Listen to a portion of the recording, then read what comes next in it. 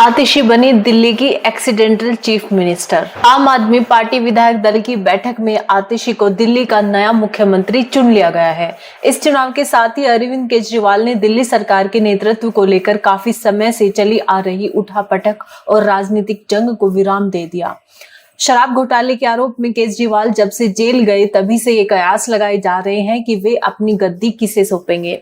हालांकि जेल से सरकार चलाने का फैसला करके केजरीवाल ने इन कयासों को थोड़ा टाल जरूर दिया था, लेकिन इस्तीफे की घोषणा के बाद तय हो गया था कि उनके कई विश्वास पात्रों में सीएम बनने की लॉटरी किसके नाम खुलेगी। किसका नाम सामने आएगा वो आतिशी है।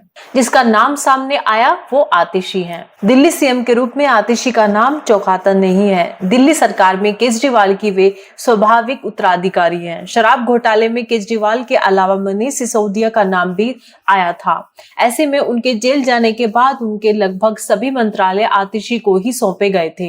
केजरीवाल और सिसोदिया की अनुपस्थिति में आतिशी दिल्ली सरकार का चेहरा बन गई थी। वे न सिर्फ पार्टी के भीतर के काम देख रही थी बल्कि केजरीवाल पर हमलावर बीजेपी का भी मुकाबला कर रही थी। तेज तर्रार ऊपर से केजरीवाल के भरोसेमंद, इन दो बातों ने आतिशी के बायोडेटा को बहुत मजबूत बना दिया। वहीं आम आदमी पार्टी के ऐसे नेताओं की सूची तो है ही जिनके दिल्ली का अगला मुख्यमंत्री बनने की बिल्कुल भी संभावना नहीं लगती थी। कम से कम दिल्ली विधानसभा का चुनाव होने तक ऐसा ही मानकर चला जा रहा था। गोपाल राय आम आदमी पार्टी के सबसे अनुभवी, सम्मानीय और अनुभवी नेताओं में से एक गोपाल राय हैं। राजनीतिक विरोधियों को नजरअंदाज कर देखे तो उनको ऐसा कोई विवाद भी नहीं याद आता है। गोपाल राय के साथ पहले सेहत की समस्या रही थी, लेकिन अरविंद केजरीवाल के जेल में रहते उनको काफी एक्टिव देखा गया था। फिर भी लगता नहीं था कि अरविंद केजरीवाल उनको मुख्यमंत्री पद की जिम्मेदारी सौंपेंगे।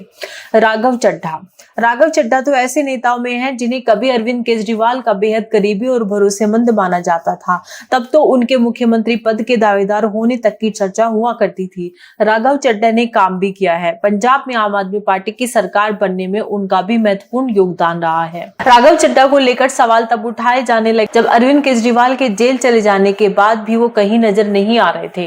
परिणीति चोपड़ा से शादी के बाद वो देश विदेश घूमते फिरते रहे और उस दौरान उनके इलाज के लिए विदेश में होने की बात कही जा रही थी। सच जो भी हो, लेकिन संदेह सवालों के घेरे में आकर वो अपने आप संभावितों की सूची से बाहर हो गए।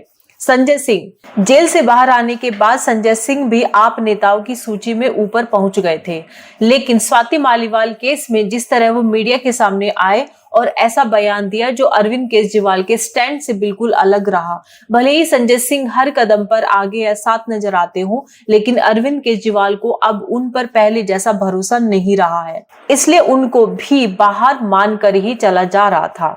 कैलाश गहलोत दिल्ली सरकार में परिवहन मंत्री है, लेकिन जांच एजेंसियों के घेरे में आ जाने के बाद वो भी संभावित दावेदारों की सूची से बाहर हो गए थे।